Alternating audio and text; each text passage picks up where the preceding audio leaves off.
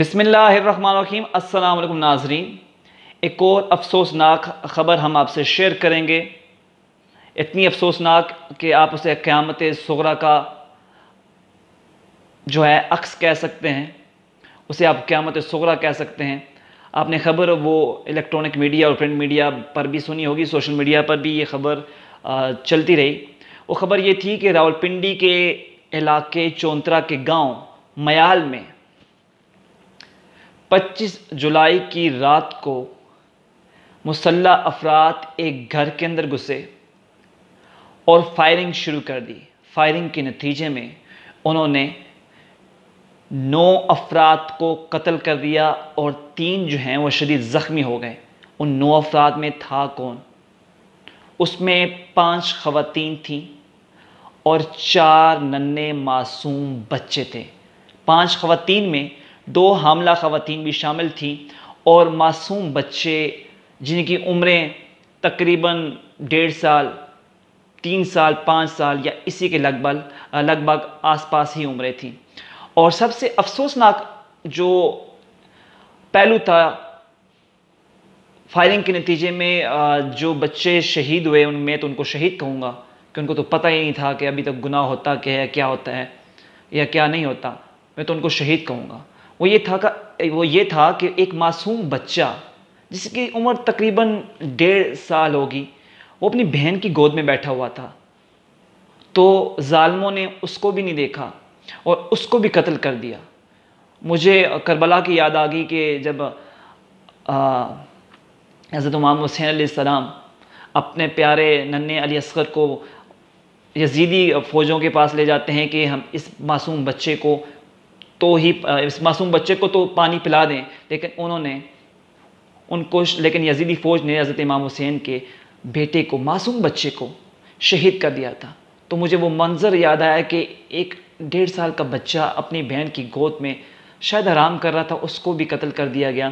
وہ تصویریں آپ نے دیکھی ہوں گی، میں آپ سے تصویریں شیئر نہیں کر سکتا، کتنی دردناک تصویریں ہیں کہ بندے کا ذہن کہیں اور گم ہو جاتا ہے۔ ایک ہی بیڈ پر 4 خواتین تھیں، 4 وہ بچے بیٹھے ہوئے تھے، تو ان کو اندھا دھند قتل کر دیا گیا۔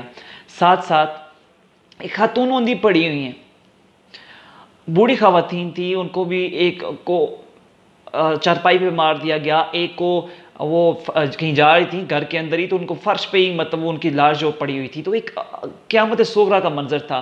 اور جو 5 خواتین جو ہیں وہ مری ہیں، ان میں 2 حاملہ خواتین تھیں۔ اور یہ معاملہ تھا کیا؟ معاملہ ہے کیا؟ معاملہ یہ تھا کہ کچھ روز قبل جو ابھی جس گھر میں قتل ہوئے ہیں، یعنی کہ 9 قتل جس گھر میں ہوئے ہیں اور 3 جو افراد شدید زخمی ہیں، ان کی بھی حالت تشویشناک ہے۔ ان کے گھر کے مردوں نے دوسرے وہ گروپ جس نے رات کو 25 جولائی کو حملہ کیا اور 9 افراد کو قتل کر دیا، اس گروپ کی ایک خاتون کو قتل کر دیا تھا، جس کے نتیجے میں انہوں نے بدلہ لیا اور ان کی 9 افراد کو قتل کر دیا، 5 خواتین کو اور 4 بچوں کو۔ اور سب سے افسوسناک پہلو، جن لوگوں نے قتل کیا ان میں اشتہاری مجرم بھی تھے، اور وہ قتل کی FIR ان پر درج ہوئی تھی اور وہ عدالت سے عبوری ضمانت پر رہا ہوئے تھے۔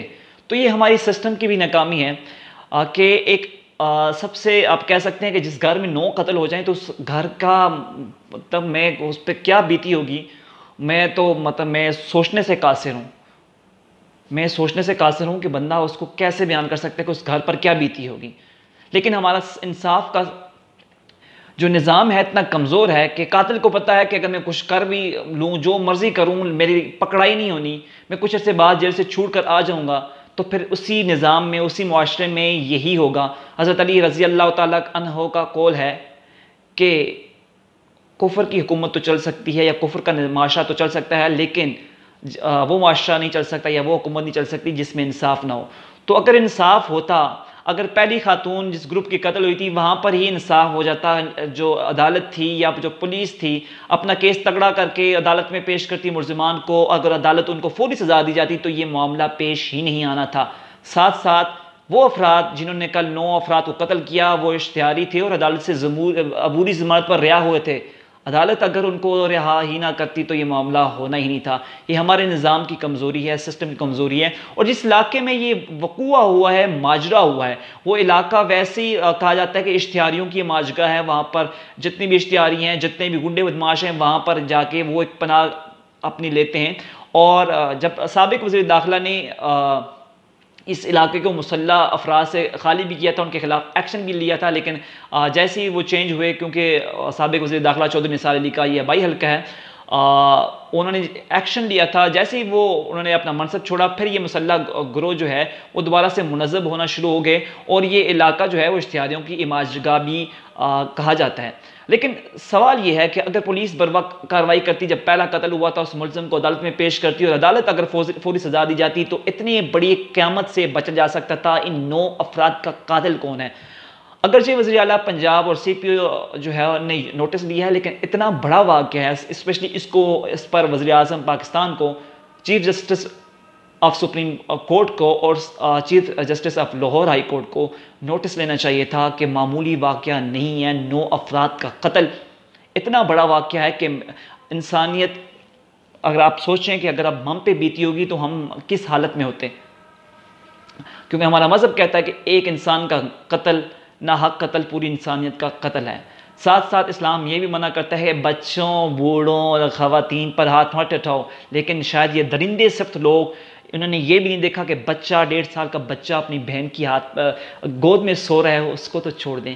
بوڑھی خواتین تھی, ان کو تو چھوڑ دیں. اور حاملہ خواتین کو, 2 حاملہ خواتین کو بھی انہوں نے نہیں چھوڑا, معصوم بچوں کو نہیں چھوڑا. تو یہ نہ انسان تھے, ایک درندے تھے, ایک جنگلی صفت انسان تھے. اگر پولیس کہتی ہے کہ اس نے جو ہے وہ ایک اشتہاریوں کی لسٹ بنائی ہوئی ہے اور ملزمان کا تعاقب کر رہی ہیں, یعنی کہ ان کو ڈھونڈ رہے ہیں, ابھی تک وہ ملزمان کا ایک گروہ ہے, اس میں سے 2 ملزمان جو ہیں وہ پکڑے گئے ہیں, مزید تفتیش جاری ہے اور ملزمان کی تلاش بھی جاری ہے, اور جلد قانون کی گرفت میں ہوں گے. لیکن پولیس کا اگر سسٹم مضبوط ہوتا تو یہ واقعہ پہلے ہی, اگر اس کو کہہ سکتے ہیں کہ ہمارا سسٹم اوورال جو پورے ملک کا ہی پولیس کا جو سسٹم ہے وہ اتنا کمزور ہے کہ ہمیشہ کہا جاتا ہے کہ پولیس وقوع کے بعد ہی پہنچتی ہے. اور کہا جاتا ہے کہ ایک سابق آئی جی تھے ذوالفقار چیمہ, ان کا ایک مشہور قول ہے کہ اگر تھانے کا SHO صحیح ہو تو پورا علاقہ آپ کا صحیح رہتا ہے. جہاں ہمارے پولیس سسٹم میں کمزوریاں ہیں, وہاں ہمارے عدالتی سسٹم میں کمزوریاں ہیں. جیسے پہلے بتا چکا کہ وہ ملزم عدالت سے عبوری ضمانت پر رہا تھے, لیکن اس گھر پر کیا بیتی ہوگی جہاں پر 9 افراد قتل کر دیے گئے ہوں. تو یہ حکومت وقت کی ذمہ داری بنتی ہے کہ انصاف کا بول بالا کرے. اگر انصاف بر وقت ملے تو یہ معاشرہ تب ہی سنبھل سکتا ہے, ورنہ یہ یہاں پر جس معاشرے میں کوئی قانون نہیں ہوتا تو پھر اس معاشرے کو انسانی معاشرہ نہیں بلکہ جنگل کہنا چاہیے. امید کرتا ہوں کہ آپ کو یہ ویڈیو پسند آئی ہوگی. اپنا فیڈ بیک لازمی دیجیے گا. بہت شکریہ آپ کا.